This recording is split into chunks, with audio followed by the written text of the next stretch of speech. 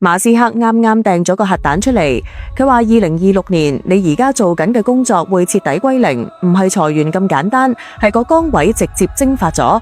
大部分人仲喺度討論 AI 會唔會取代人類，而馬斯克話討論呢個問題本身已經過時咗啦。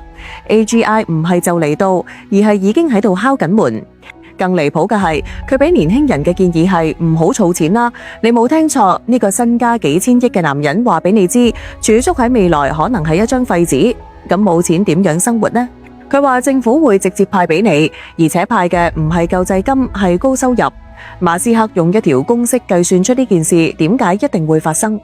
當100億台機器人同時生產嗰陣，商品價格無限趨向零，勞動力成本直接歸零。你嘅努力，你嘅加班喺呢場變革面前，可能真係毫無意義。咁普通人到底應該點做啊？馬斯克嘅答案令我沉默咗足足3分鐘。呢段訪談發生喺2026年1月6號，地點喺德克薩斯州嘅特斯拉超級工廠。馬斯克足足傾咗3個鐘，佢一開波就講咗句令所有人呆咗嘅說話：我哋唔係行緊去起點，我哋已經企喺起點入邊啦。佢話自己每個禮拜都要俾 AI 嘅進步震撼好幾次，啱啱覺得某個突破好勁，2日之後就俾新嘅突破蓋過咗。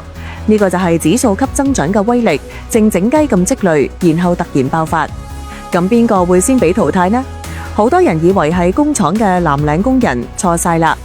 馬斯克話第一批被取代嘅係坐喺寫字樓嘅白領，點解呢？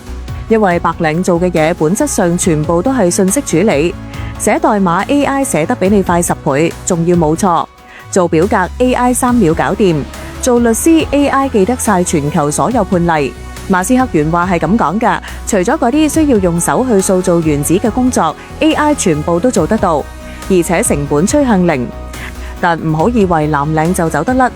佢嘅擎天柱機器人已經喺特斯拉工廠度做緊嘢。佢預測3年之內，擎天柱機器人喺手術技能上會超越人類頂尖嘅外科醫生。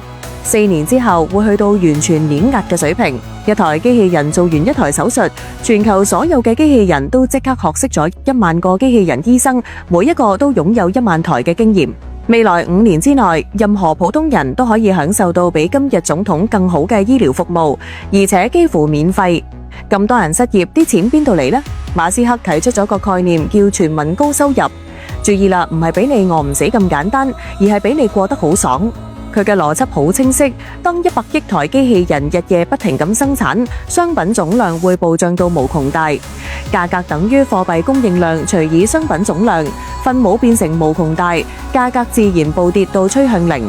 到嗰陣，政府一定要派錢，因為唔派錢根本冇人消費，成個經濟系統會崩潰。馬斯克仲特別提到中國，佢話中國喺 AI 算力上會遠遠超過世界其他地區，因為能源。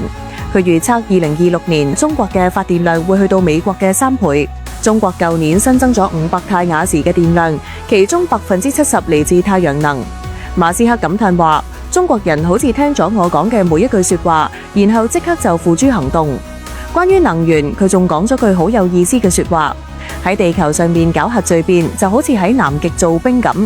我哋頭頂就有一個免費嘅巨型核反應堆，點解仲要喺地球上面做一個細嘅呢？佢嘅終極方案係將 AI 衛星送上太空，24個鐘接收太陽能，然後無線傳返地球。但馬斯克都潑咗盆冷水，佢話未來3到7年，人類會同時經歷全民高收入同社會動盪。因為崗位消失係一瞬嘅事，但分配機制嘅建設係好慢㗎。一個做咗20年會計嘅人，突然發現自己嘅技能一文不值，呢一種衝擊會引發焦慮同激烈嘅社會博弈。咁人類仲有咩價值呢？馬斯克話：人類只係歸基生命嘅生物引導程序，好似電腦開機時嘅代碼咁。但佢都話人類仲有護城河，就係好奇心同美感。AI 再叻，佢都係俾人設計出嚟㗎。但人類嘅好奇心係從幾十億年進化入面自然湧現㗎。訪談最後，馬斯克講咗句令我印象好深嘅說話：寧願做一個犯錯嘅樂觀主義者，都唔好做一個啱嘅悲觀主義者。如果馬斯克講嘅全部都係真嘅，如果未來你真係唔使做嘢，你打算用你嘅一生去做啲咩呢？歡迎喺評論區話俾我知，你嘅答案係咩呢？